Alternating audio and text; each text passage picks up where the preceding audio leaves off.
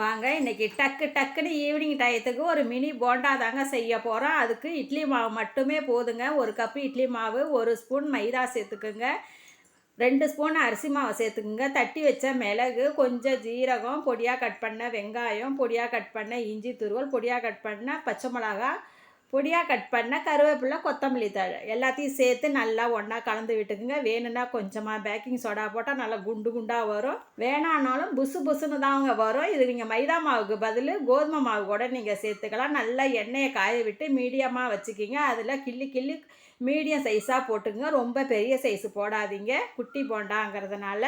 இதை அப்படியும் இப்படியுமா பெரட்டி எடுத்து ஒரு ஜல்லியில் வடிகட்டி எடுத்திங்கன்னா அப்படியே மினி போண்டா ரெடிங்க. ஈவினிங் டயத்துக்கு ஒரு தேங்காய் சட்னியோடு வச்சு சாப்பிடும்போது அவ்வளோ சூப்பராக இருப்போங்க. அவ்வளோதாங்க. நீங்களும் செஞ்சு பார்த்துட்டு கமெண்டில் எப்படி இருக்குன்னு சொல்லுங்கள். ரசித்து சமைங்க, ருசித்து சாப்பிடுங்க. விஎஸ்கே சமையலுக்கு சப்போர்ட் பண்ணுங்கள். தேங்க்யூ.